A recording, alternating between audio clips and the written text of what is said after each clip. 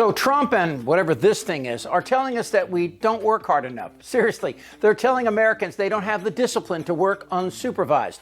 This wafflecock with 6 bankruptcies and convictions for stealing from charities and ripping off people at Trump University. I know a lot about overtime. I'd hated to give overtime. I hated it. I'd get other people, I shouldn't say this, but I'd get other people in I wouldn't pay. I hated. This guy has huevos to call us slackers. So I have a total net worth, and now with the increase, it'll be well over $10 billion. I'm not doing that to brag, because you know what? I don't have to brag. I don't have to, believe it or not. We have a tribe of billionaires telling us that we can't work from home, and if we work for the government, we might not have a job. Now, there's at least a few things wrong with this. Number one being that Trump's schooling us on work ethic is like Steve Bannon picking out our wardrobe. Trump's shooting right now. Oh, he shanked it. Oh my God, I got that on video. Trump visited a Trump golf property on 428 of the 1,461 days of his presidency. That's 1 out of 3 days. And is estimated to have played 260 rounds of golf, 1 every 5 days. But this is how billionaires think, that they have some magic sauce that makes them special. You know, heavy as a crown crap. Work from home. I don't know. It's like there's a whole big, oh, you can work from home. Nobody's going to work from home. They're going to be going out, they're going to play tennis, they're going to play golf, they're going to do a lot of things. They're not working. It's a rare person that's going to work. You might work 10% of the time, maybe 20%. I don't think you're going to work a lot more than that.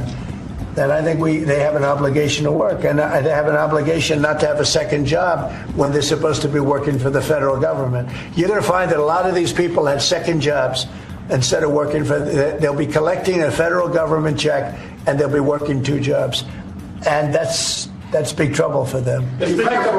Balls on this guy. People are struggling, and all Trump can do is question the integrity of those who make our system work. From the Consumer Finance Protection Bureau to FEMA, which he's saying now should be disbanded, and states should have to pick up the tab. Elon Musk has accused the Federal Emergency Management Agency of diverting funds meant for American disaster relief. This controversy comes as the Trump administration intensifies efforts to overhaul FEMA. Last month, President Trump signed an executive order establishing a council to review the agency amid concerns over political bias. He has previously denounced FEMA's performance, asserting that federal disaster aid should be given directly to states rather than managed by an inefficient agency. Funding for FEMA has soared in recent years following several high-profile weather disasters, and the agency now faces scrutiny over how it allocates emergency resources. But that's all bullshit. Trump is spreading a lie that the federal emergency disaster money was given to illegal immigrants, but that's not true. Trump is conflating 2 different funds. FEMA has a dedicated disaster relief money that cannot be used for other purposes. Separately, the Republican Congress in 2022 provided for that money from Customs and Border Protection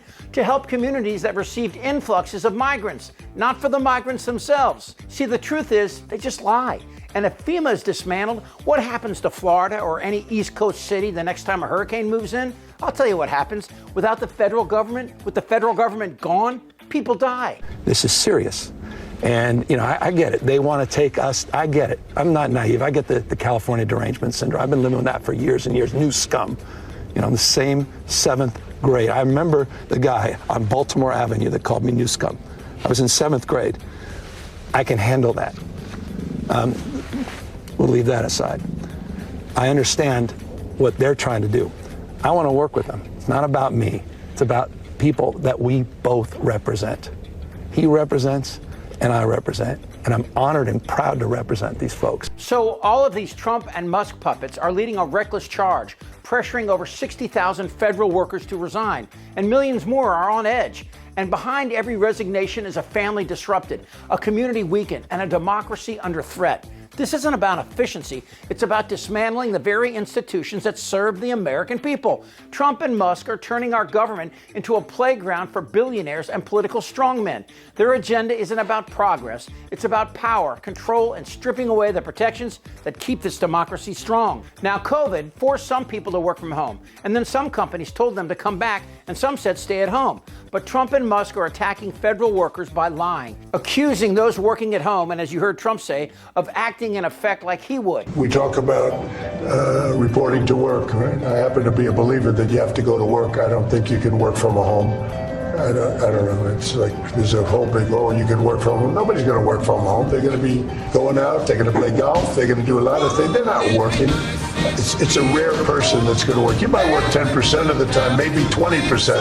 I don't think you're going to work a lot more than that. There are thousands of federal workers working remotely and doing an incredible job. And that flexibility of working has greatly helped mothers stay in the workforce. And here's the kicker. Unlike what Fat Donnie has said, Fortune magazine said businesses and even the government found more productivity by allowing flex home working because they got better people. But Trump just lies and tells his base that government workers are all lazy.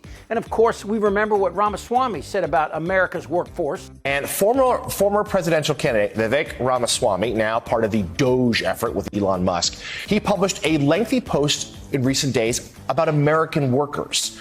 In this post, Ramaswamy explained why he feels tech companies choose to hire foreign workers over Americans. He boiled it all down to, quote, culture.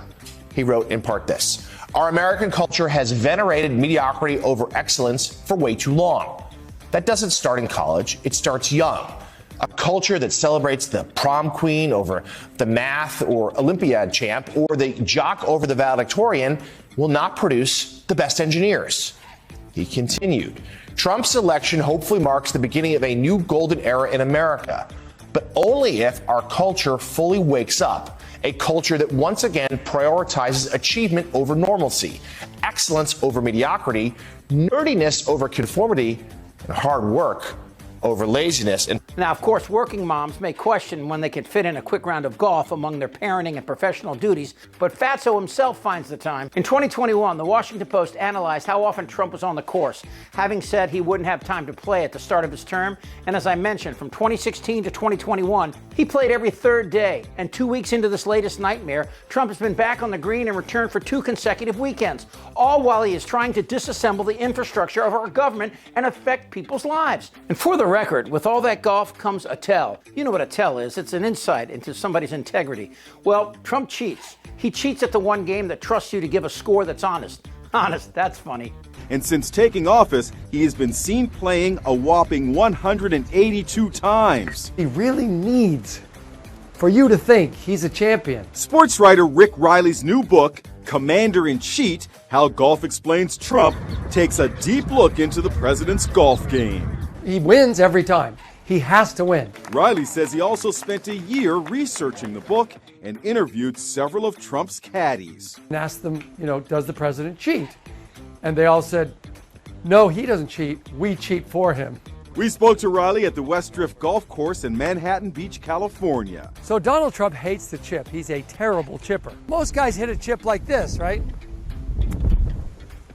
What he did once and got caught was he put the ball in his hand, did like a fake air chip, and then he goes, oh my God, I think I made it, runs up, I made it. Trump's attack on the American people will be yet another irony for these people, the MAGA millions who trust him to go after liberals. But the part of America that will suffer the most from these cuts are the very ones who support the First Lady and his husband. And what all of that means is this: Trump is launching an unfettered attack on our infrastructure, from the FDA to vaccines, to the Consumer Finance Protection Bureau, to the EPA, to cutting cancer and HIV research, to cutting oversight of oil and gas companies and pesticides. It all means that red states, they will suffer the most because they need the federal government. And by the time MAGA Nation realizes the truth, that he's the grifter and they're the mark, well, for them, it may just be too late. Damn right. I'm as mad as hell.